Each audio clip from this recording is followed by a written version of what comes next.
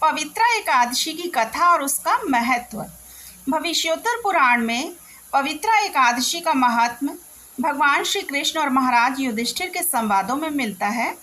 एक बार युधिष्ठिर महाराज ने श्री कृष्ण को पूछा कि हे मधुसूदन, श्रावण मास के शुक्ल पक्ष में आने वाली एकादशी का क्या नाम है और उसका महात्म्य क्या है? इस बारे में आप हमें कृपया विस्तार से बतलाइए। तो भगवान श्री कृष्ण ने कहा कि इस एकादशी का नाम पवित्रा है।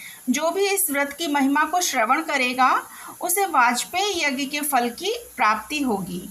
तो बहुत वर्षों पहले द्वापर युग के प्रारंभिक काल में महीजित नामक राजा महिष्मतिपुर नामक राज्य पर राज करते थे और अपनी संतान की तरह प्रजा का वो रक्षण करते थे।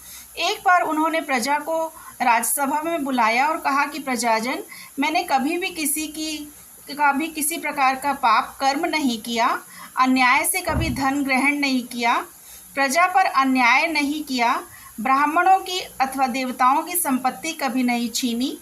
कानून सबके लिए एक समान है। उपयुक्त समय पर गुनाहों के लिए मैंने अपने रिश्तेदारों को भी दंड दिया है। धार्मिक और पवित्र मेरे शत्रु को भी मैंने उपयुक्त आदर और सम्मान भी दिया है।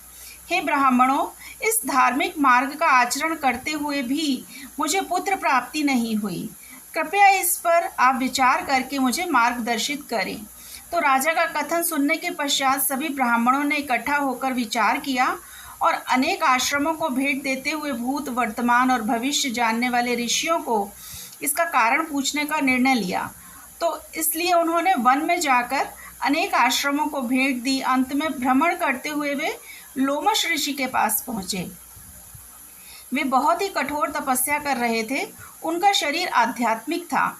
वे आनंद से परिपूर्ण थे और कठोर उपवासों का पालन करते थे। वे आत्म संयमी और सभी शास्त्रों के ज्ञाता थे। उनका आयुमान ब्रह्मदेव जितना ही है। बहुत ही तेजस्वी, उनके शरीर पर असंख्य केश थे।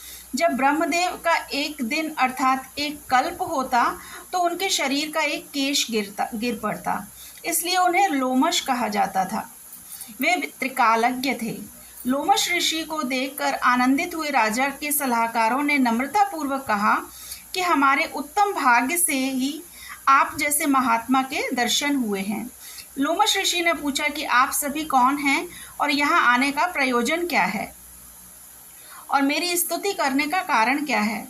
तो ब्राह्मणों ने कहा कि हमारे ऊपर आई हुई विकट समस्या के निर्मूलन करने के लिए हम यहाँ पर आए हैं। तो हे ऋषिवर, हमारे राजा महीजित निपुत्रिक हैं और उन्होंने संतान की तरह हमें पाला है। राजा का दुख हमसे नहीं देखा जाता और इसीलिए कठोर तपस्या करने के लिए हम यहाँ पर आए हैं। पर हमारे महाभाग्य से आप जैसे महात्मा की भेंट हुई है। आप जैसे महान व्यक्ति के दर्शन से कार्य सिद्धि होती है।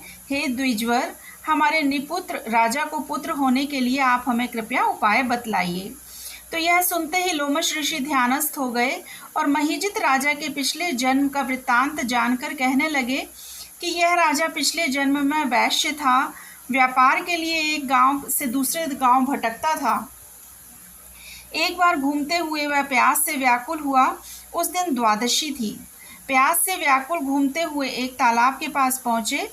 पानी पीने की इच्छा से वे किनारे पर पहुँचे। इतने में एक नए बछड़े को जन्म देने के पश्चात गाय बछड़े के साथ आकर पानी पीने लगी।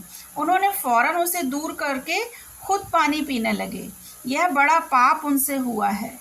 इस पाप के कारण उन्हें पुत्र प्राप्ति नहीं हो रही है। तो यह सुनकर राजा के सलाहकार ब्राह्मणों ने पूछा कि किस पुण्य से अथवा व्रत से राजा इस पाप से मुक्त होंगे। तो इस विषय में आप ही हमें बतलाइए। तभी रोमश ऋषि ने कहा कि श्रावण मास के शुक्ल पक्ष में आने वाली पवित्रा नाम की एकादशी है और राजा और आप सब इस व्रत का पालन करें और इसके पश्चात आप सभी इस व्रत के पालन से मिलने वाला सभी पुण्य राजा को दीजिए। उससे राजा को पुत्र की प्राप्ति होगी। और तो लोमश ऋषि की यह बात सुनकर सभी प्रसन्न हुए और उनको आनंद पूर्वक प्रणाम किया।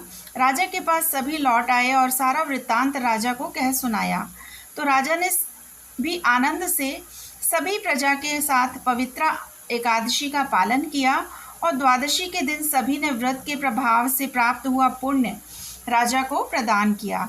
तो कुछ दिनों के पश्चात रानी को गर्भधारण हुआ और उसने एक सुंदर पुत्र को जन्म दिया। तो जो कोई भी इस व्रत का पालन करता है वह सभी पापों से मुक्त होकर इस जन्म में और अगले जन्म में सुख की प्राप्ति करता है। जो कोई भी इस व्रत का महात्म्य श्रद्धा पूर्वक सुनेगा अथवा कहेगा उसे इस जन्म में पुत्र प्राप्ति का सुख मिलता है तथा अगले जन्म में भगवत धाम की प्राप्ति होती है। हरे कृष्णा। श्री कृष्ण अर्पणम अस्तु।